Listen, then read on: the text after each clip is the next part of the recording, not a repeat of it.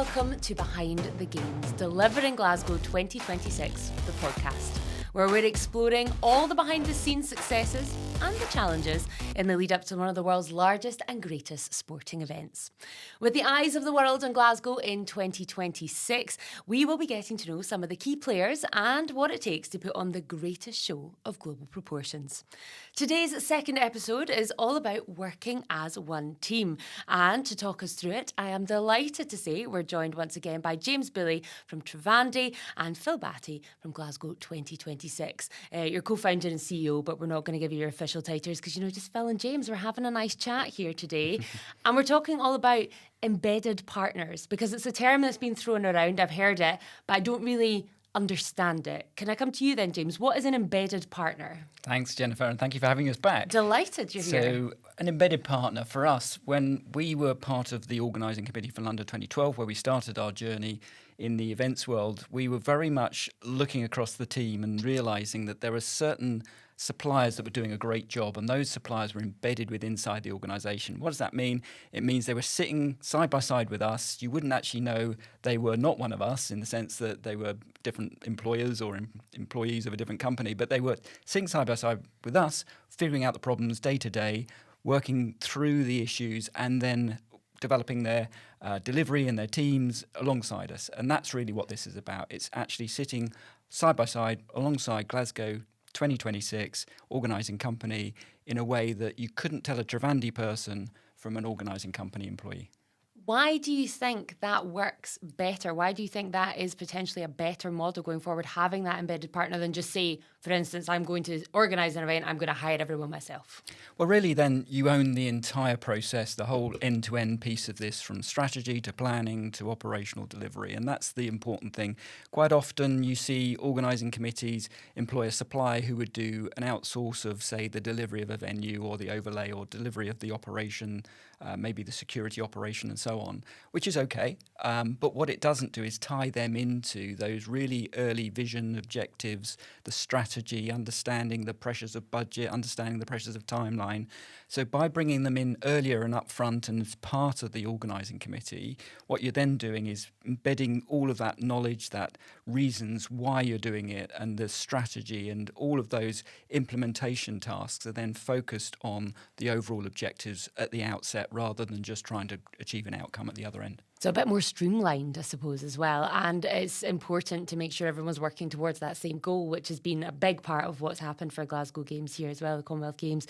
Has it been something that you found has helped to deliver it in a quicker sense as well, for you more efficiently, Phil? I think it's turned the whole thing into a team sport. So actually, you've got a whole range of players, all with different skill sets, all from different backgrounds. Some have transferred in from other clubs. And actually, everybody's working together and everyone's going for gold. And I think that's what's great about having a blended workforce. As James said, you can't quite tell who works for who, but because that doesn't matter. Everyone's just there to do Glasgow 2026 to the best of their ability.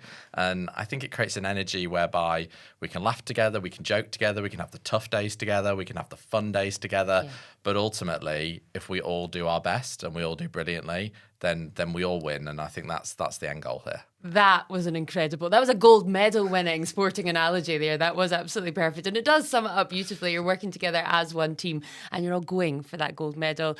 How do you keep that culture in a team alive, though? How do you make sure that everybody's sort of happy and motivated? Because it's a lot of work to kind of get to the end goal, isn't it? It's hard work, but you want people to be happy. Yeah, I think everyone is coming at the job with different perspectives. So I think you really have to take a great pride in the diversity of the workforce. Some people are coming from industry, some people are coming new into the industry. So actually celebrating that difference is a really important part of it. The other thing that's really good is making sure that you've got the right values. And actually, when you bring different suppliers into an organising company, you get to have great conversation about shared values. Particularly for these games, that's been around sustainability and inclusivity. And that's allowed us to really talk about how Trivandi, the organising company for Glasgow 2026, we both passionately believe about inclusion and sustainability. So we've been able to bake that into our delivery plans. But also, more importantly, I think it's just about ensuring you get the best talent, and actually having different working practices, different hiring models. It allows you to attract a much greater talent pool, both locally within the incredible city of Glasgow, but further afield with the international networks that this model opens up. Yeah, and would you agree with that, James, that keeping morale high is about bringing people together and sort of actually listening to what everyone has to say? Yeah, absolutely. But also there's such a big, important part here about trust. When you're bringing in a contractor effectively, as we are, into the heart of the organising committee, we see it all. We're seeing every single part of what's going on, and we're owning every part of that as well. And so therefore we're able to do so much more because we're able to understand all of the challenges and all of those things normally you wouldn't hear about or know about because they get covered up. We actually see all of that. So there's a big part of this is about trust. And so that I think, again, based on the values that we have and the way in which people that we hire and bring together and the way in which they think and they operate and the way they integrate, we're all in this industry, this ecosystem of the events world, day in, day out on numerous events around the world. We've come together here in Glasgow. We know each other socially, we know each other professionally, and we know each other very well on this project. But that trust, because we have different contracting mechanisms and a contract that sits there, has to be really strong in order for us to properly work incredibly well as one team. Yeah. There's definitely no hiding the mess in the house when you are all sharing the same space and quite literally sharing the same desk space.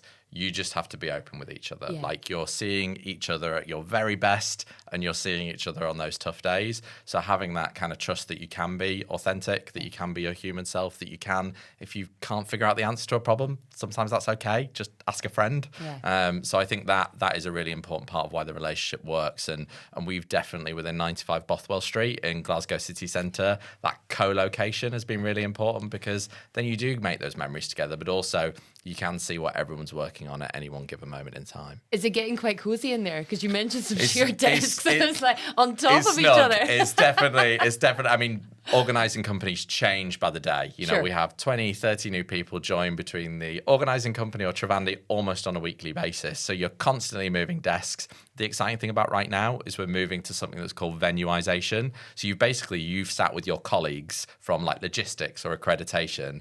Now you get to move to your venue team. So you'll be sitting with the people you'll be working with at Scotstoun or Tollcross. Oh, great. So there's a lot of hot desks. There's a lot of moving about. There's a lot of changing seats. But actually, you get to know more people. Yeah, and there's also sort of the social side of it as well. You get to go and sort of bond together as a team, not only in the workplace, but hopefully good social culture. Everyone gets on well. Good social culture. There's like 3 run clubs in the organisation. There's I was a going to say paddle you go club. to the pub and you've got straight to the pub. There is a good monthly pub social too. But yeah, it's ultimately like, we chose to work in the events industry because we love the thrill of a live event.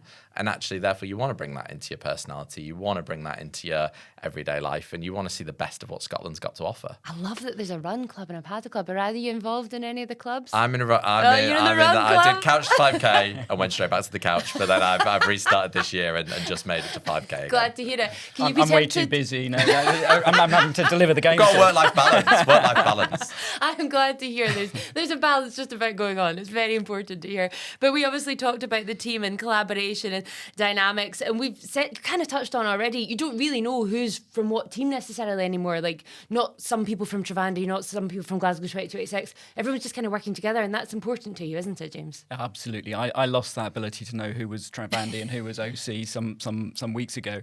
I walked into the office yesterday and I was walking down the line of where Trivandi normally sits within the office, integrated into the venues teams, and actually now it's so integrated you wouldn't be able to know who's who. It's at the end of the day, we're, as Phil says, we're a team, and so we're just working together now as one strong group of people to deliver great games. Yeah, absolutely. And it's quite an innovative model, though, coming together, the embedded partner and what we're doing. I say we, I've had nothing to do with it, but with the Glasgow 2026 games, like, it is quite a reimagined, it's exciting, it's innovative way of delivering this kind of scale of event, isn't it?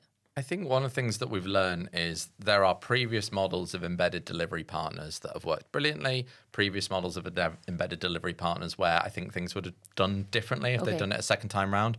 So what we've committed to is being really open all the way through to keep adapting. So we have these regular moments where we can sit in a room and have a conversation. Which bits are you loving? Which bits can we tweak? Because we all want to get to the end of this and go, this is the best version of what being an embedded delivery partner looks like. And we'll get 99% of it right, and there'll be 1% that for the next time round we'll adapt to move forwards. But not being wedded to how we started out the partnership together, but how we keep evolving it as we go through has been a big, important part of the conversation. Yeah, and there's that learning process from every big event, I'd imagine, that takes place. How do these games even, differ from previous games that you've worked on, James? Well, look, I think the key thing here that we're through doing the embedded delivery model able to do is bring the learnings from previous events, as you're indicating there. I think what happens quite often with these major events is that everybody comes together, they deliver the event, and they disband afterwards, and you lose that transfer of knowledge and that understanding and the lessons that you learned, those hard-fought decisions that were made. How did you make them? What was sitting behind the outcomes of what you achieved? And I think that's been the challenge we've been working really hard on. We set up a Trivandi Academy really to transfer that knowledge and those learnings. And that has enabled the people that have come into Trivandi, some of whom may not have been on the previous editions of other Commonwealth Games or Olympic Games, whatever background they may have come to. They get the same level of training and knowledge and transfer of information and skills from the academy training programs that we put in place, which is really key as a leveler, and also helping local people to be involved in delivering the games. That's a really key part for us, is that when we put together this model with Phil, the idea behind Trivandi coming in was that we were able to build capability, upskill local people to be able to deliver the games. And that's what's really key in terms of then the human legacy after the 2026 Glasgow Commonwealth Games has been an outstanding success. Yes, they have. It will also absolutely. be a great human legacy of skilled, trained local people who can then, from that, go on to the events industry in Scotland, in the UK, around the world, but also segue then into other jobs in logistics, in accommodation, in hospitality, all sorts of opportunities that come from it. Yeah, that is a huge part of the legacy, which is really exciting for, as you said, sort of people within the local area. But another part of the legacy, and we have touched on this before in previous conversations about that legacy of maybe going ahead for future large-scale events. Is this a model that hopefully other people will follow? Not even just Commonwealth Games, but maybe like just Olympic Games, or even looking at maybe like music events or any sort of events that are taking place around the world on a huge scale like the Games. Is this something, do you think, other people can follow? I think we've got something really special with this model, because actually we're taking all of the expertise that industry can bring us, all of the knowledge and learning that brings to the table. We're adding to it then our own talent, our own drive, our own values and our own vision. And then we're taking that forward to deliver an event. And an event is an event, and this is an event city. So yes, it works for music, it works for sport, it works for World Expos just as much as it works for kind of city celebrations. So the more and more we see industry morph and evolve into this sort of way of working, I think the greater it'll be, because you've got blended workforce, you've got an opportunity to kind of share knowledge across music, across art, across culture, across sport, and everyone should be open to new ideas. And I think this is a really great way of getting that chemistry and getting that transfer underway. Yeah, do you almost feel that sometimes like we've I don't want to say carried away, because some of those games are incredible, but the amount of expense and actually going over budget and over time and things like so many of those big projects quite often do, you actually might be seeing a way, well, actually, we don't need to do all that. And a learning would be to kind of trim off some of the bits you don't need and have a much more sustainable future version. And for me, that really comes down to how do you or where do you source and build capability of the people that are going to actually then deliver it? Because I remember back in London 2012, even though the UK has a great events industry of people in the events business, no one had actually at the time of London 2012 delivered a mega event of the scale of an Olympic Games. It's very, very different. You may have delivered an athletics event or a basketball event, but delivering an Olympic Games is so fundamentally wildly different. And what we ended up doing is bringing international expertise to deliver it. And what that meant was that we ended up with Americans who ran our main operations centre and Australians who ran our Olympic Park. And what I was absolutely committed to do after London 2012 was bring local capability and upskill local people to deliver events. And that's then it becomes more sustainable. It leaves a much stronger legacy. So yes, absolutely, to the US, who've got the World Cup next year, and the, of course, LA 28 Olympics, and then Brisbane, of course. The key thing to be able to achieve there is to build local capability of people in America, in Australia, to actually deliver those events. And of course in India for the Commonwealth Games. Yeah, and using venues that are already there as well, I think is quite an important thing, because obviously sometimes when you see a new games, you think we're going to have to build 6 different stadiums, and we've got to build a new pool, and we've got to build a new velodrome. And obviously we got some of that infrastructure when we did the games in 2014, but I think we've sort of again touched on this before, but just reinforcing that point that it's about using what's already there. The Milan Cortina games, I think, mentioned as well at some point that they use different bits of the country so they could use the infrastructure already present. Yeah, these games are definitely fueled by the legacy of 2014, Yeah. that amazing physical infrastructure that was left. But I think even beyond the physical infrastructure, like working with partners like Glasgow Life and the SEC, their teams know these venues, whether they're operating them as community facilities or whether they're operating them for over 260 concerts over the course of a year. You know, they know every single nook and cranny. They know how to manage the event safely. They know how to work that venue within an inch of its life. And therefore, actually, this has been part of the embedded model. Yes, working with an embedded event delivery partner, but also harnessing that incredible talent from those venues. And that's not what has happened before. Historically, you take a venue, you clear out all the existing team and you put your own team in. Well, not only wasn't the time for that, actually, the people who know Tollcross International Swimming Centre know Tollcross International Swimming Centre, and why wouldn't we want to use that amazing world-class talent to help us host great swimming and paraswimming this summer? Yeah, and I think that's a brilliant point that you've made, is actually and put into words some of the differences that are already there, because I've obviously talked about this is a different games and we're going forward in a slightly different way, but actually what are those differences? And they are very much using the people and the infrastructure that's already in existence. There's definitely the people and the muscle memory of the city. Yeah. There's also designing the event to fit in the groove of the city. You know, Glasgow is a party city. It's an electric city full of music, food, entertainment, sport. It knows how to move people around. So amazing public transport network. So actually, one of the things we tried to do is go, right, let's step back. Let's look at all the things that make Glasgow epic. And let's use those things, even just Athlete Village. Historically, we would have built a whole athlete village to have 3,000 athletes in. This time, we're using the amazing hotels that already exist in the city. And unlike other places in the world, they've done this time in and time out for world championships. So they know how to adapt for the needs of an athlete being hosted over the course of a competition. And it's all those strengths that are coming together in this new model here in Glasgow and here in Scotland. Yeah, it's not wiping the slate clean and saying, right, how are we going to do this? It's saying, right, let's take a step back and look at what we've got. And is that something that you'll continue to build on and you have built on throughout different competitions, James? Yeah, and what's interesting is every master plan is different. It's a bit like what I said in the previous podcast. Not every one size fits all is the right approach. For every single city, you've got to start with the why. Why are you hosting it? Is it to increase tourism? Is it to do a new piece of city development? Is it because you want to create great national pride? There's all sorts of reasons why you would host an Olympic Games, a Commonwealth Games, these major or mega events in a city. But fundamentally, you've got to find the right benchmark, and we need to start finding better efficiencies in terms of the scale, in terms of the cost, in terms of the workforce, local workforce, as I was talking about. And if you can find that balance, then you can deliver a much more successful blueprint. And I think too many events in the past have not found that balance, which is why we've seen cost overruns, which is why we've seen venues that have not been utilised after the event and grass growing over terraces and all the rest of it. That has to change.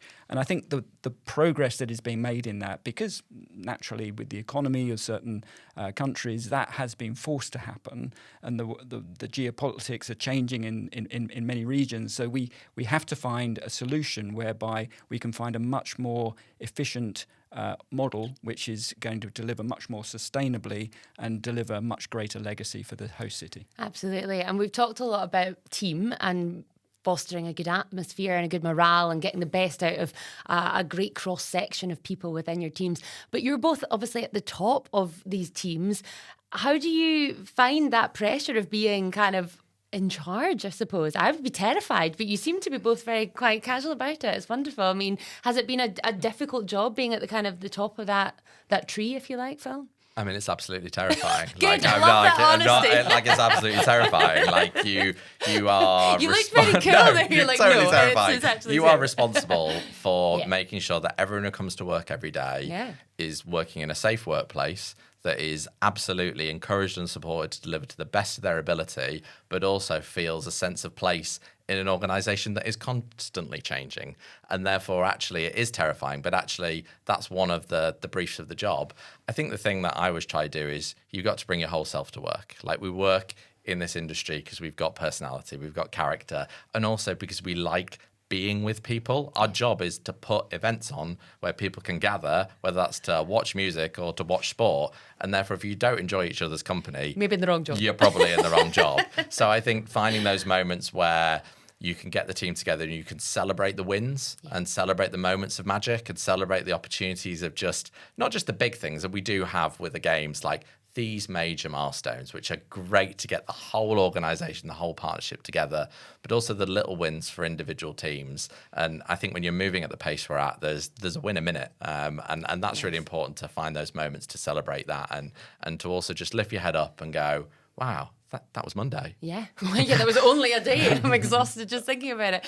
Do you delegate well? Do you kind of feel like you want to try and have control you'll of stuff? You'll have to ask my tip. No, like I'm on my own personal leadership journey. I would say like being able to kind of do 2 Commonwealth Games, 1 edition apart. I look at the type of individual I was on Birmingham in 2022. I probably was too much in the detail all of the time. Okay. Now, I'm a detail person. Yeah. I love a spreadsheet. Details are important. I love a spreadsheet Yeah, as much as the next person. But I think you can't achieve a great event if you try control everything. You've got to figure out who are your strengths within the team, how do you use their skills, where are the gaps, how can you kind of support people to make their own decision rather than making those decisions for people. And I'm really lucky. I've got an amazing leadership team. Even, my kind of core direct reports, the chiefs that run the organisation, 2 of them did Glasgow 2014. 2 of them have never done a major event before, and therefore actually between us, we're a great mixed skill set, and we've all got different perspectives on the same situation. So a big part of that is just listening, but also when needed, providing clarity and direction so that we can all move forward together. Yeah, good people around you, and be honest, I think, about being a bit like scared initially, but I'm scared, I'm going to do it anyway. And I think that's the key, isn't it? Definitely. Go for it. And what about you, James? Sort of being in charge of something like this it's quite a lot of responsibility. Do you have the same fear that Phil has told us about today? Do you know what? I don't have the fear, and that is because I have this incredible team that are doing it. And to be fair, unlike Phil, I'm not here every day. So the team here that are leading this, they've got a huge amount of experience. They know what they're doing. They've done it on numerous events.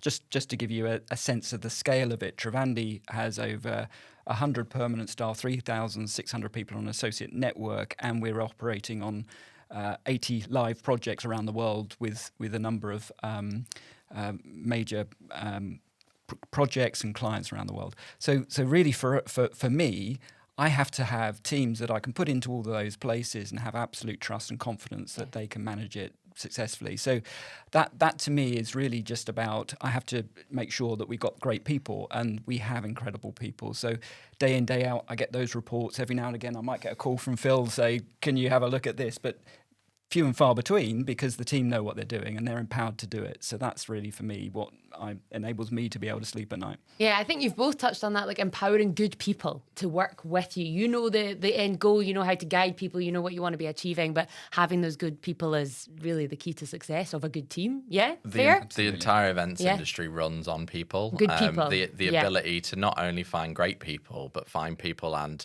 to kind of grow them. I think that's really important. Like, we're all, in a year and a half, on a Glasgow 2026 Commonwealth Games, you're probably doing about 5 years worth of personal and professional development than you would in any other job in any other sector. That's cool. So it's important to kind of support the team to have those moments to grow professionally just as much as getting the job done. Amazing. No, that's brilliant to hear.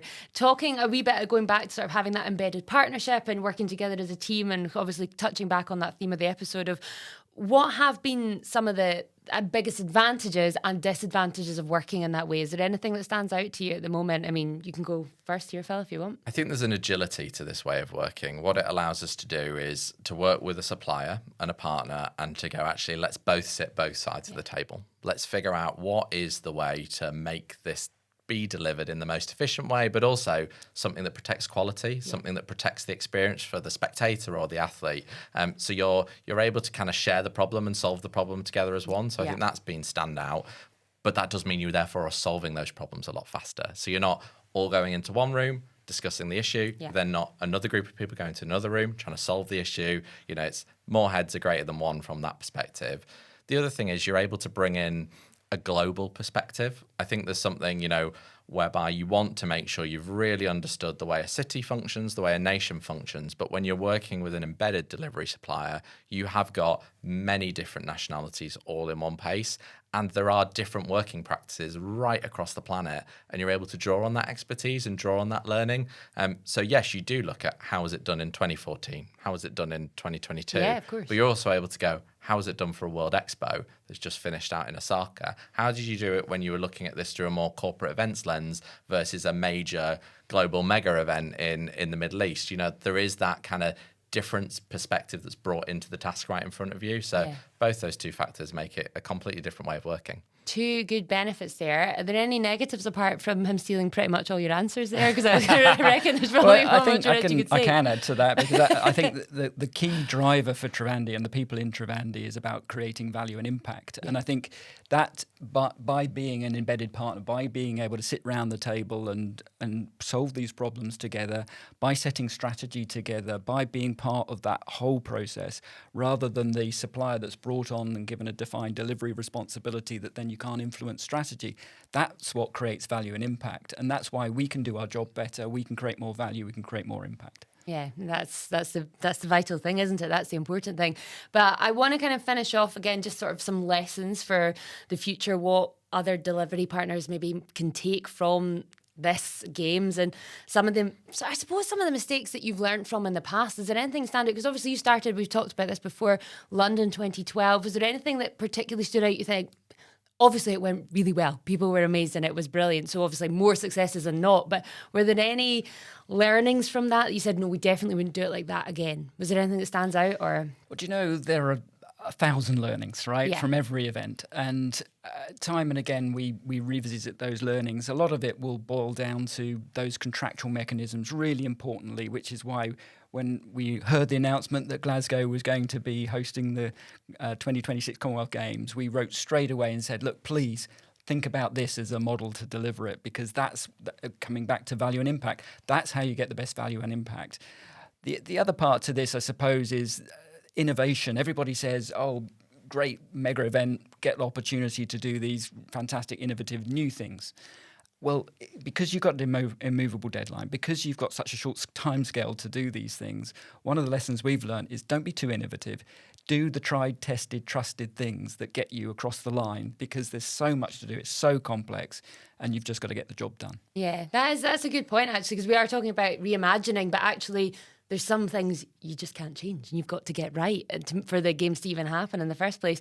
Are there any sort of learnings that you've taken even from, like, obviously Birmingham and now sort of in the lead up to these games that you think we could tweak that kind of 1%, that twist for maybe going on to the future? I think you've captured it when you said about holding on to those traditions. There is an opportunity to kind of innovate and find new ways of working, but there is also a field of play that needs to be the very best version of itself it can be for that athlete to compete at that global international sporting standard. So those things are really important, and understanding how we protect those, how we safeguard those. I do think it's also around surrounding yourself with different types of people. You know, I do believe in bold, courageous decisions. I do like the idea of, is it ambitious? How can we push it further? And I think when we took on this brief, the kind of vision on day one was stage the games. Yeah. That felt Yeah. that felt like the impossible Absolutely. task. How do you stage the games? Well, actually, 14 months later, 15 months later, staging the games is like core business. Yeah, now. we got That's that. Core We know core what we're purpose. doing. Now it's about how do we hero the sport? How do we cheer the athletes? How do we go that extra mile to make sure that experience for those 3,000 individuals is phenomenal, is world class? How do we go beyond that? How do we make sure that people are gathering around screens, gathering in communities, celebrating that the games is going on here? How do we take the impact that we set on we want to achieve and make that intentional? Make sure we're doing sustainability, but doing it for the right reasons, because we want to leave lasting impact for this city, but also for future hosts in the future. So I like the courage now that we've got kind of our core foundations, our brilliant basics there. How do you go that extra 10%? But also, how do you take everyone with you on that journey? And how do you keep pushing for excellence? Yeah, absolutely. They're brilliant questions and goals to be setting yourself. Have you got all the answers to those questions? Working through it. And there's a great thing about the countdown to a games. And I do think this is where, like, if you take the partnership between myself and James, it is about going, when is the moment to push and go a bit extra and to kind of flex? When is the important moment to go, we're taking this decision, we're locking it in, and we're moving forwards? And I think that's the honesty of a embedded delivery partnership. James has got a supply chain that he needs to manage. And, I'll be as grumpy as the next person if something doesn't arrive by the 23rd of July. That's the conversation we have, is where can we continue to grow? Where can we continue to enhance the games? But where do we not want to put unnecessary delivery risk, put the team under unnecessary pressure? It is a fine balancing act. And that's where that diversity of thinking and that diversity of skill comes into making the games a success. And it's a brilliant thing. You obviously both have good communication between each other as well. Wardrobe, the blazer, the pin with the Commonwealth Straight Games. out of major events, uniform Absolutely. wardrobe. Yeah. Spot on, guys. I actually feel very underdressed. I'm sorry. I'll get a blazer and a pin for next time. That's amazing. Thank you so much. Very exciting times ahead with the games obviously just around the corner. But I am very confident we're in safe hands with both of you. Thank you so much for chatting to us and giving us a wee insight behind the scenes. It's been fascinating. Thanks, Jennifer. And thank you so much for watching Behind the Games, Delivering Glasgow 2026. We'll see you next time.